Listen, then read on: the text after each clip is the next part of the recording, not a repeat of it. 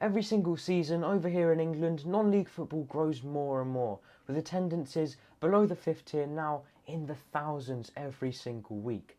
And so, with this, naturally, clubs have decided to upgrade their stadiums or relocate to new ones. And that's why today I'm going to be taking a look at the top 10 future stadiums that could be appearing in non-league over the next few years. First of all, we've got Barnet FC with Underhill. National League side Barnet used to play at Underhill Stadium with its infamous sloped pitch up until 2012 when the club moved to Edgware to the Hive. It's a nice stadium with a capacity of 6,000 or so, but it's quite far away from Underhill where the club should be based, and it's been described by Barnet owner Tony Cleanthu as an exile. However, in February of this year, plans were announced to move back to Underhill with a new 8,000 capacity stadium.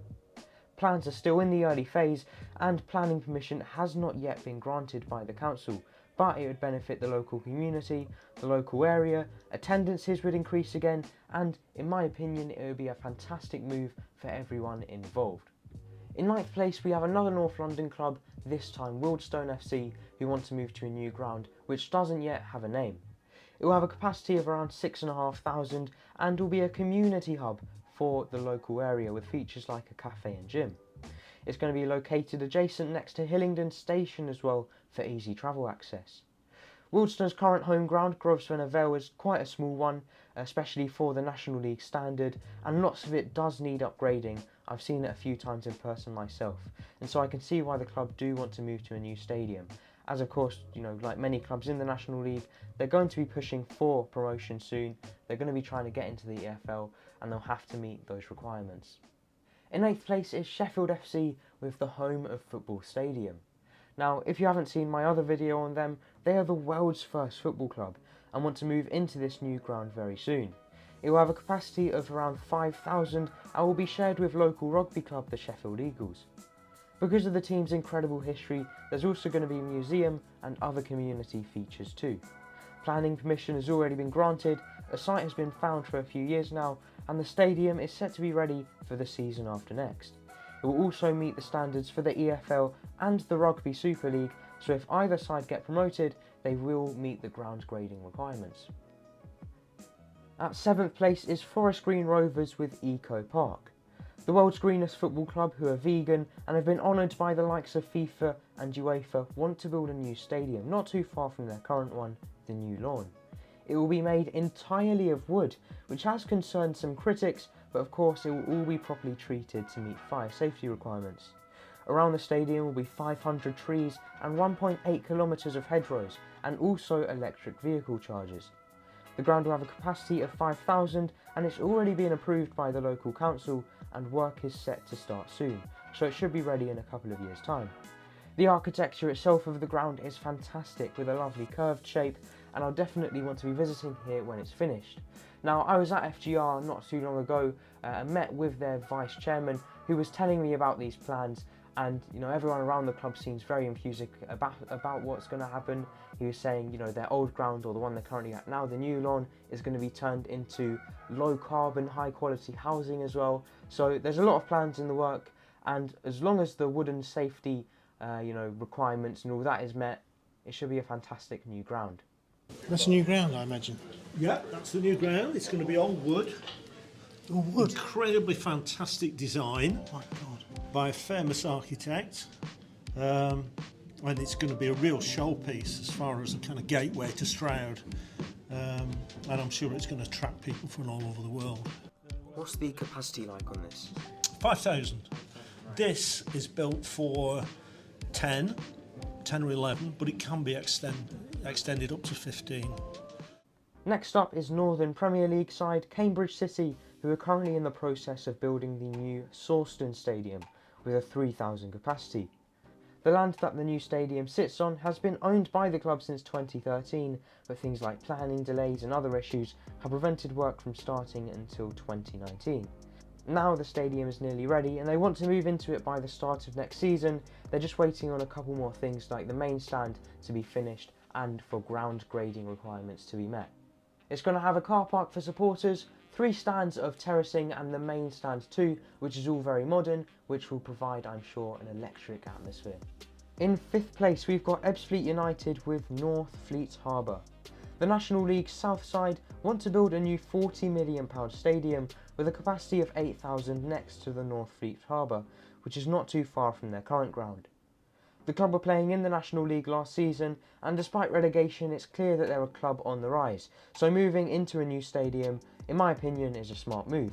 They've already been granted planning permission by the council, and this site will include 3,500 homes and other features such as a hotel, shops, cafes, creating a mini retail village, really benefiting everyone in the local area. Their current home is another one which I visited once or twice, and although their main stand is quite modern, the rest of the ground is quite outdated. They've got terracing behind the 2 goals.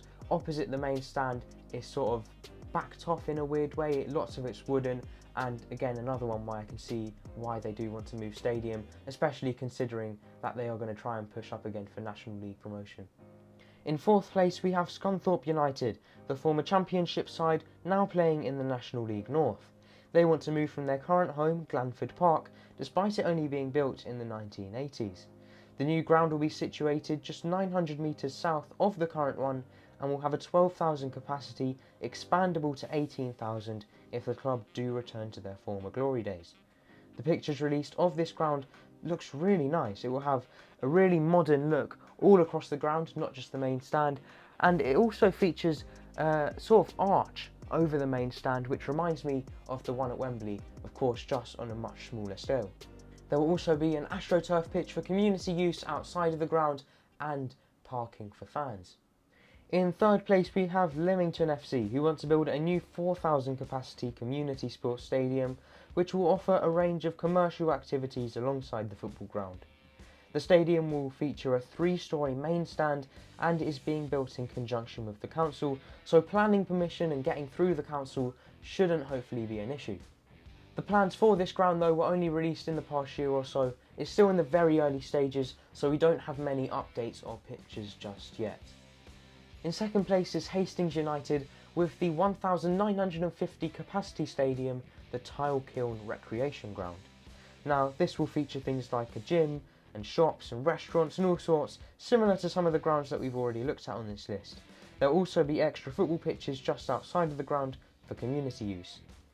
Plans have been around since 2021, however in a recent council meeting there was a clear majority of councillors against the plans unfortunately for this new ground, so at the moment they've been described as dead in a way. This probably isn't going to happen, but it's one to look out there, one to keep an eye out for, and in the future years, maybe a longer time scale, 5 to 10 years, we could see this new ground popping up.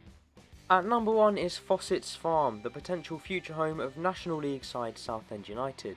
The ground is located on the outskirts of Southend and has been in the works since the early 2000s, as the club's owner, Ron Martin, wanted to leave the ageing Roots Hall and to move into a shiny new stadium. However, despite planning permission having been granted and a site bought, because of financial issues the move never went ahead. Now, despite the Faucets Farm land still being owned by Ron Martin, he is in the process of selling the club to an Australian consortium, so this new 17,000-seater ground may not be happening. But again, it's another one to keep an eye out for, because Southend's current home Roots Hall at least needs redevelopment, if not a move out of it, and if this sale to the Australian consortium does fall through, Ron Martin may be able to still achieve this dream of building a new stadium. Well, there we go. Those are my top 10 future non-league stadiums that we may or may not be seeing built in the near future. Make sure to comment down below your favourite stadium from this list, and if you are going to be visiting any of these once they're built, and I'll see you in the next one. Bye.